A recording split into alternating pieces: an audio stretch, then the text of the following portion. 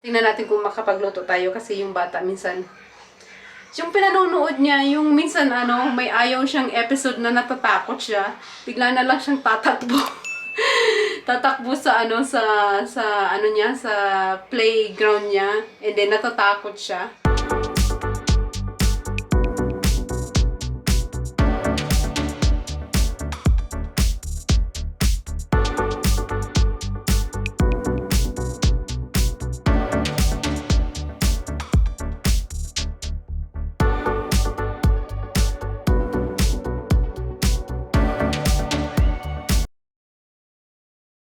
Ito yung sayote guys, lulutuin natin para sa ulam natin mamayang gabi. Tsaka ito matagal na to, kailangan kong lutuin na rin to. Yung kalahati ng bacon na niluto ko ng isang araw, gusto ko rin lutuin. Masarap to. Ang ginagawa ko dito guys, linuluto ko siya tapos inuulam ko sa kanin. Masarap siyang iulam sa kanin yung bacon, lalo na pag crispy at saka mainit pa siya. Masarap iulam sa kanin. You wanna say hi to Dad? Ella! Nanonood siya ng TV. Sabi niya, bakit kaya walang sounds? Lagyan natin ng sounds habang nagluluto si mami ng sayote. Tapos ko na siya guys na paliguan. Ayan, tapos na si Elang maligo. Clean? Clean, Ella? Ayan. Tapos ko lang siyang paliguan. Fresh ko ng bata. Oh, linis-linis. Ayun, pumayag siya magpababa. Nanonood ng ng cartoons niya. Tapos ko nang lutuin yung sayote. Ready na siya. Kaya lang inaantay ko pang maluto yung kanin. Kasi yung kanin, nahuli ko siyang niluto. Pero paluto na rin yung kanin. So, meron na tayong dinner, sayote. Para sa kanin natin. Paborito yan ni Ida na gulay yung sayote.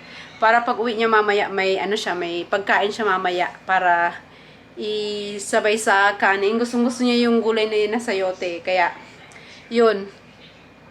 Naisipan kong lutuin kasi matagal na siyang nakastock sa counter. Siguro mga 1 week na yung sayote. Sabi ko, lutuin ko na para hindi masayang. Baka masira siya. So, ayun, naluto na natin. Siguro, mga 2 araw ko na rin yung pwedeng baunin sa trabaho kasi kami lang dalawa ng namanida ng kakain ng ulam. So, medyo matagal yan sa amin. Hindi namin yan mauubos ng isang kainan lang. Kaya, mayroon pa tayong leftover na pang-ulam natin. Mas maganda yon. Ito na yung sayote natin. Sobrang gustong-gusto ko yung gulay na malambot siya. Sobrang lambot. So, ayan na yung gulay natin na sayote. And then, yung rice natin, malapit na rin siyang maluto. 2 minutes na lang, luto na siya. Niluluto ko yung kanin namin sa Instapot. Kasi yung rice cooker namin, ayaw nang gamitin ni Dan. Hindi pa naman sana siya sira. Kaya lang yung tawag dito. Kaya lang yung tawag dito yung yung pan may scratch na. Ayaw na ni Dan gamitin yung pan na pagka gano'n na may scratch na yung pan. Kahit yung kawali namin, pagka na-damage na siya may scratch, ayaw na ni Dan gamitin kasi daw yun, hindi maganda sa ating katawan. Nagkakakos ng cancer pag yung ceramic ba yun? Ganun ceramic na panyo o kaldero nyo may scratch na, huwag nyo nang gamitin kasi pag nakain nyo yung konting piraso na na-scratch doon, masama yun sa ating katawan. So, yung rice cooker namin, hindi pa sana sira, kaya lang na-scratch ng konti yung pan. So, hindi na namin ginamit. Habang nasa mood yung bata, naglalaro siya. So, gawin natin, hugasan natin yung mga hugasan. Yung mga ginamit natin pagluto natin para hindi masyadong nakastock yung hugasan. Hindi ako gumagamit ng yung dishwashing na panghugas sa plato, yung machine. Bihira ko lang talagang gamitin. Pag talagang wala akong time, doon ko talaga siya ginagamit. Pero as long na meron akong time, hinuhugasan ko talaga siya sa sink kasi ayoko nang parang gano'n na hindi na i-exercise yung katawan ko. Gusto ko yung gumagalaw-galaw yung katawan ko. Kasi dito, di ba, napansin nyo dito sa Amerika, puro mga gamit dito parang sobrang dali lang. Kahit yung paglaban ng damit, ilagay mo lang sa washing machine, antayin mo lang siya matapos, tapos na, ilagay mo sa dryer, antayin mo lang madry, tapos na. Paghugas ng plato, ilagay mo rin sa dishwashing machine, tapos na. sobrang bilis ng mga ginagawa dito. Kaya ayoko ng mga ganun. Gusto ko yung katawan ko na, nagagalaw ko, na exercise ko ba kahit yung konting galaw-galaw lang sa buong bahay. Na, na, kumbaga, active yung katawan ko. Ayoko ng mga ganun ng mga tamad-tamad. Na ilalagay lang sa hindi. Bihira ko lang, since na dumating ako dito sa Amerika, bihira ko lang talang gamitin itong mga machine dito. Hindi talaga. Yung paglaba lang talaga kasi, mahirap paglinabahan mo ng mano-mano, mahirap i-dry yung damit. Pero yung mga damit ni Ella, ginagawa ko, nilalabahan ko talaga ng mano-mano kasi pagbata, di ba makalat, mamantsa yung damit, lalo na pag kumakain sila. So, ang ginagawa ko sa damit nila, nalaman ko talaga ng mano-mano. And then, pagkatapos, dinadryer ko siya para mas mabilis matuyo. Kasi mahirap matuyo pag hindi mo dryer. Kaya, yun yung ginagawa ko sa damit nila. Gusto ko talaga gumagalaw-galaw yung katawan ko. Hindi ako sanay ng ng walang ginagawa or nakaupo lang, naboboring ako. Kaya, yun yung, yung routine natin sa bahay. Para naman, gumagalaw-galaw yung katawan natin, hindi puro nakaupo lang. So ayun, nasa mood pa yung bata. Nanonood ng niya, ng cartoons niya. Anong ginagawa mo? Wow, ang bait naman ng bata. Wow. Oop. Saan ang punta ng bata? Oop, oop, oop, oop. Wow. Ang bait naman ng bata. Oh, ganyan lang siya. Naglalaro lang siya, nanonood ng niya, cartoons niya. Yan. Pag hindi pa siya antok. Yan, laro lang siya ng laro dyan sa niya, playground niya. You wanna say hi? You wanna say hi? You wanna say hi? What's that? Ayla? Manipis pa rin yung buhok niya. Naalala ko nung baby pa siya, wala talaga siyang buhok eh. Ngayon medyo na, kumakapal na yung buhok niya. Pero manipis pa rin tingnan, pero kumakapal na yung buhok niya eh. Akyat ka? Akyat ka? Anong ginagawa mo? Akyat, akyat? Kung may naririnig ka ng ingay, AC yun guys ha. Kasi mainit nga dito, sobrang init. Kaya magdamag buong araw naka-on yung aircon dito. Kasi hindi sanay yung mga kasama ko ng mainit sa loob ng bahay. Ako okay lang sa akin, pinapatay ko nga kasi ako naman nilalamig sila. Naiinitan, kaya magdamag, tsaka buong araw naka-on yung aircon. Ako naman nilalamig, naka-jacket, naka-socks. Kasi nga lamigin ako, hindi ako sanay sa sa malamig. Na yung talaga yung aircon, hindi ako sanay sa aircon eh. Pero yung weather dito pag winter, nasanay na ako. Nasanay na yung katawan ko. Pinagpapawisan ako pag winter. Mainit. Pero yung AC talaga, hindi talaga ako sanay yung nilalamig ako.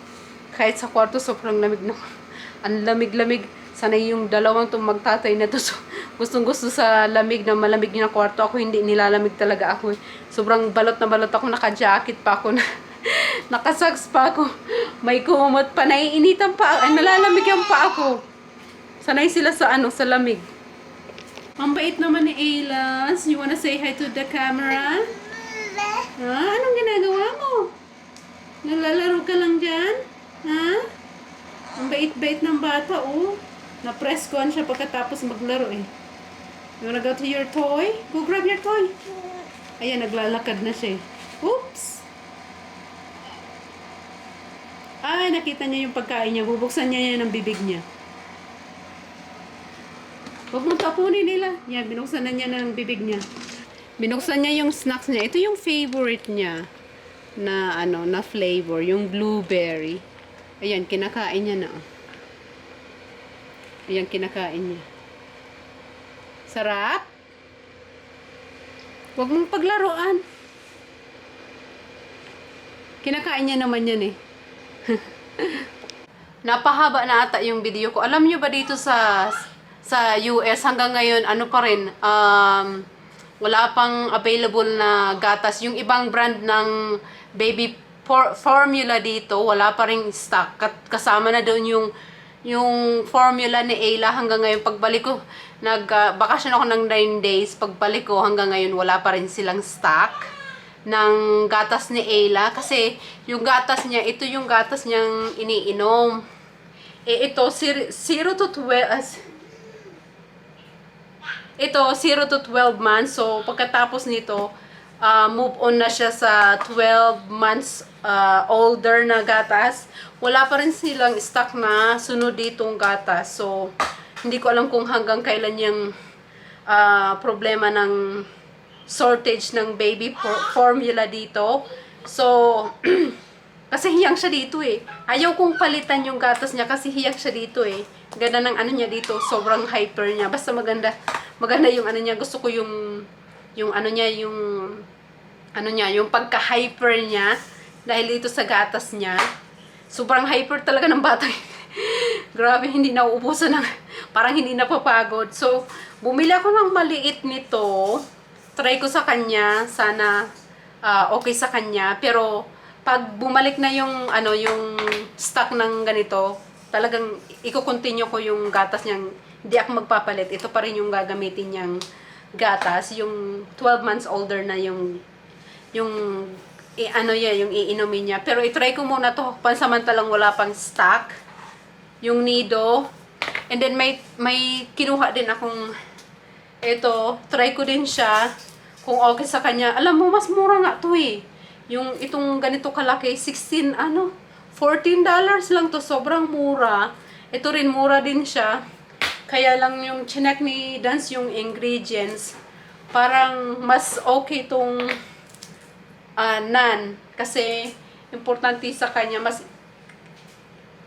importante pa sa kanya ngayon na yung may iron, yung ano niya, yung ingredients sa gatas niya. Sabi nila mas okay daw to kaysa dito. Kasi bago siya umalis kanina, binasa niya yung ingredients. Kinompare niya yung ingredients ng gatas kasi mahalaga sa kanya. Gusto niya yung gatas na may nakukuha pa rin si Ayla na vitamins sa gatas niya. Importante yon. So, ito daw yung mas okay kaysa dito, sabi ni Dan, nung binasa niya yung ingredients.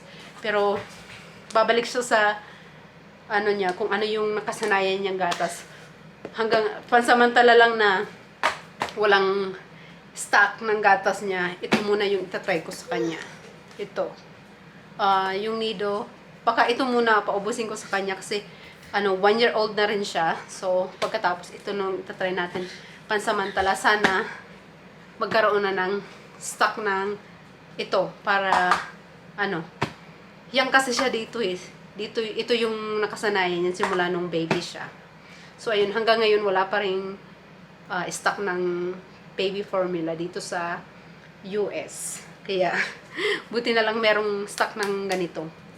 Meron siyang stock. So, itry natin to para kay Ayla. Sana okay naman siya. Okay naman siguro kasi kumakain na siya eh.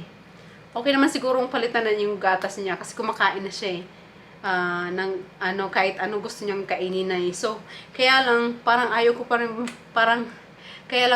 rin palitan yung gatas niya kasi hiyang siya dito eh. Gusto ko yung pagka-hyper niya dito sa gatas niya. So, antayin na lang natin na magkaroon ulit ng stock sa store and then balik tayo sa gatas niya.